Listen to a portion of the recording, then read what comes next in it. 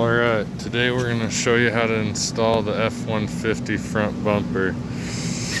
So first, if you have this air box, that'll come off, and there's just some pins along the side.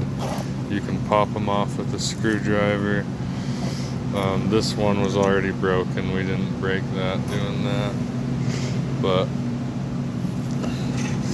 as you're prepping, take the tow hooks off and set this piece back in there as close to the holes as you can. If you need to, when you're installing it, you can reach through this to adjust it as well.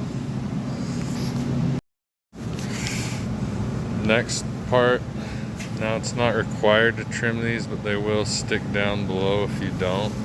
So we're going to cut about that much off of that plastic. So on each side, the 3 bolts that will hold this on are those 2 and this one. And then you'll see where on the bumper they mount to.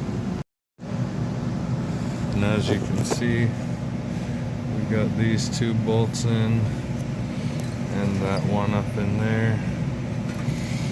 That's a size 19 up there. These are size 15. You'll reuse these from your tow hooks. If you didn't get the tow hook option on the bumper, you can bolt the tow hooks back on over this.